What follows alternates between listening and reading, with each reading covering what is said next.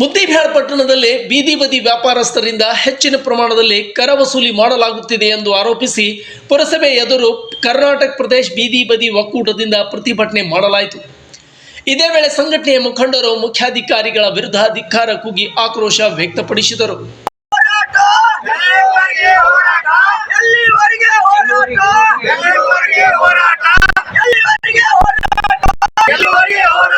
ಬೀದಿ ಬದಿ ವ್ಯಾಪಾರಸ್ಥರಿಂದ ಸಂತೆ ಕರ, ನೆಲಬಾಡಿಗೆ ವಸೂಲಿ ಹೀಗೆ ಹೆಚ್ಚಿನ ಪ್ರಮಾಣದಲ್ಲಿ ಒತ್ತಾಯಪೂರ್ವಕವಾಗಿ ವಸೂಲಿ ಮಾಡಲಾಗುತ್ತಿದೆ.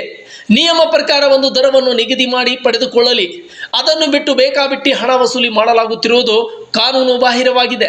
ಕೆಲವರಿಂದ 20 ರೂಪಾಯಿ, ಕೆಲವರಿಂದ 30 ರೂಪಾಯಿ ಹಾಗೂ ಅನೇಕರಿಂದ 50 ರೂಪಾಯಿವರೆಗೆ ಮನಸೋ ಇಚ್ಛೆ ವಸೂಲಿ ಮಾಡಲಾಗುತ್ತಿದೆ ಎಂದು ಸಂಘಟನೆಯ ಜಿಲ್ಲಾಧ್ಯಕ್ಷರಾದ ಲಾಲ್ ಸಾಬ್ ಕೊರಬು ಅವರು ಪುರಸಭೆ ವಿರುದ್ಧ ಕಿಡಿಕಾರಿದರು. ನಮ್ಮ ಬೀದಿ ವ್ಯಾಪಾರಸ್ಥರು ಒಬ್ಬರು ದುಡಿದ್ರೆ 10 ಮಂದಿ ಕೂಗುತ್ತಿರುವಂತಹ ಪರಿಸ್ಥಿತಿಯಲ್ಲಿ ನಾವಿದ್ದಾಗ ಇಲ್ಲಿ ಪುರಸಭೆಯ ಅಧಿಕಾರಿಗಳು ಒಂದು ಬಾರಿ ಮನವಿ ಕೊಟ್ಟರು ಕೂಡ ತಮ್ಮ ಗಮನಕ್ಕೆ ತೆಗೆದುಕೊಳ್ಳದೆ ಪದೇ ಪದೇ ಅವರು ಅದೇ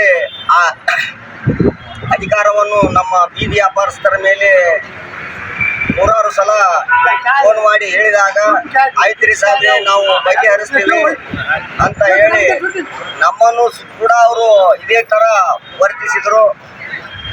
ಅವಾಗ ನಾವು ಒಂದು ಅಧಿಕಾರಿಗಳಿಗೆ ಮನವಿ ಮಾಡಿ ಹೇಳಿದ್ರು ಕೂಡ ಮತ್ತು ಅವರು ಅದೇ ಸ್ಥಿತಿಗೆ ಬಂದಿದ್ದರಿಂದ ನಾವು ಇವತ್ತು ಉಪವಾಸ ಸತ್ಯಾಗ್ರಹವನ್ನು ಕೊಡಬೇಕಾಯಿತು. ಇದೇ ವೇಳೆ ಮಾತನಾಡಿದ್ದ ಕೆಪಿಸಿಸಿ ಬೀದಿ ಬದಿ ವ್ಯಾಪಾರಸ್ಥರ ತಾಲೂಕು ಅಧ್ಯಕ್ಷರಾದ ಮೆಹಬೂಬ್ ಕುಳಗೇರಿ ಅವರು ತಕ್ಷಣ ಪುರಸಭೆ ಅಧಿಕಾರಿ ಅವರು ಹೆಚ್ಚಿನ ಕರ ವಸೂಲಿಗೆ ಬ್ರೇಕ್ ಹಾಕಬೇಕು, ಜೊತೆಗೆ ಕರ ವಸೂಲಿಗಾರರಿಗೆ ಒಂದು ದರವನ್ನು ಪಡೆದುಕೊಳ್ಳಲಿಕ್ಕೆ ಸೂಚಿಸಬೇಕು ಎಂದು ಆಗ್ರಹಿಸಿದರು. ಕಾರ್ಯಾಲಯದ ಅಧಿಕಾರಿಗಳು ನಮಗೆ ಯಾವತ್ತೂ ಸ್ಪಂದಿಸಲಾರ್ದ ಅದಕ್ಕೆ ಇವತ್ತು ನಾವು ಹೋರಾಟ ಮಾಡ್ತೀವಿ.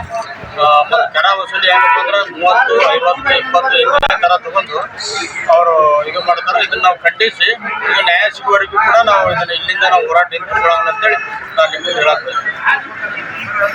ಕರ ವಸೂಲಿ ಯಾರು ಮಾಡ್ಕೊಳಕತ್ತಾರ? ಕರ ವಸೂಲಿ ಏನು ಟೆಂಡರ್ ಕೊಟ್ಟಾರೆ ಅವ್ರು ಆಫೀಸರಿಗೆ ಕೊಟ್ಟರು, ಅದು ಅವ್ರಿಗೆ. ಇನ್ನು ಕೆಲಕಾಲ ಪುರಸಭೆ ಮುಂದೆ ಸಂಘಟನೆಯ ಮುಖಂಡರು ಪುರಸಭೆ ವಿರುದ್ಧ ಧಿಕ್ಕಾರ ಕೂಗಿ ಆಕ್ರೋಶ ವ್ಯಕ್ತಪಡಿಸಿದರು. ಬಳಿಕ ಪ್ರತಿಭಟನಾ ಸ್ಥಳಕ್ಕೆ ಆಗಮಿಸಿದ ಮುಖ್ಯಾಧಿಕಾರಿ ಮಲ್ಲನಗೌಡ ಬಿರಾದಾರ್ ಅವರು ಪ್ರತಿಭಟನಾ ನಿರತರ ಮನವೊಲಿಸುವ ಪ್ರಯತ್ನ ಮಾಡಿದರು. ಆಗ ಮುಖ್ಯಾಧಿಕಾರಿ ಮತ್ತು ಸಂಘಟನಾಕಾರರ ಮಧ್ಯೆ ವಸೂಲಿ ವಿಚಾರಕ್ಕೆ ವಾಗ್ವಾದ ನಡೆಯಿತು. ಬಳಿಕ ಶಾಂತ ರೀತಿಯಿಂದ ಕುಂತು ಸಮಸ್ಯೆಯನ್ನು ಬಗೆಹರಿಸುವುದಾಗಿ ಹೇಳಿದ ಮುಖ್ಯಾಧಿಕಾರಿ ಮಲ್ಲನಗೌಡ ಬಿರಾದಾರ್ ಅವರು ಸಂಘಟನಾಕಾರರೊಂದಿಗೆ ಸಭೆ ನಡೆಸಿ ಕೆಲವು ಷರತ್ತುಗಳ ಅನುಗುಣವಾಗಿ ಸಂಘಟನಾಕಾರರು ಈ ಧರಣಿಯನ್ನು ಕೈಬಿಟ್ಟರು.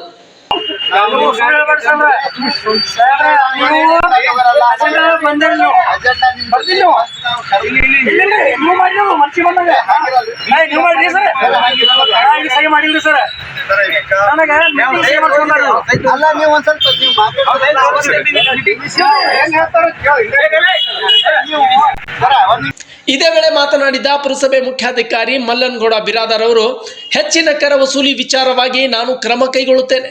ಬೀದಿ ವ್ಯಾಪಾರಸ್ಥರು 20 ರೂಪಾಯಿ ಮಾತ್ರ ನೀಡಬೇಕು, ಹೆಚ್ಚಿನ ಹಣ ನೀಡಬಾರದು. ಜೊತೆಗೆ ಬೀದಿ ಬದಿ ವ್ಯಾಪಾರಸ್ಥರು ಎಲ್ಲರೂ ಲೈಸೆನ್ಸ್ ಪಡೆದುಕೊಂಡಿರಬೇಕು, ಇಲ್ಲವಾದಲ್ಲಿ ಅವರು 50 ರೂಪಾಯಿ ಕರವನ್ನು ಅರ್ಹರಾಗಿರುತ್ತಾರೆ ಎಂದು ಹೇಳಿದರು. 1 ತಿಂಗಳ ಒಳಗಾಗಿ ಎಲ್ಲರೂ ಲೈಸೆನ್ಸ್ ಪಡೆದಿರಬೇಕು ಎಂದು ಸೂಚಿಸಿದರು. ಇನ್ನು ಸಂಘಟನಾಕಾರರು ಇದಕ್ಕೆ ಒಪ್ಪಿಗೆ ಸೂಚಿಸಿ ಎಲ್ಲರೂ 1 ತಿಂಗಳ ಒಳಗೆ ಎಲ್ಲರೂ ಲೈಸೆನ್ಸ್ ಪಡೆದುವಂತೆ ತಿಳಿಸಿದರು. ಏನು ವೇರಿಯೇಷನ್ 50 ರೂಪಾಯಿ ತೋರಿಸಿದೆ ಅಂದರೆ ಎಗ್ ರೈಸಿಗೆ ನಾವು 50 ರೂಪಾಯಿ ತೊಗೋತೀವಿ ಅಂತ ಹೇಳಿದ್ವಿ. ವಿತೌಟ್ ಇಂಟಿಮೇಷನ್ ಏನು ಲೈಸೆನ್ಸ್ ಇಲ್ಲ ಅಂದ್ರೆ ಅವ್ರು 50 ರೂಪಾಯಿ ತೊಗೋತಿದ್ರು. ಅದನ್ನು ಸದ್ಯಕ್ಕೆ ಎಲ್ಲ ಗಾಡಿಗಳಿಗೆ 20 ರೂಪಾಯಿ ಮಾಡಂದಿದ್ದಾರೆ.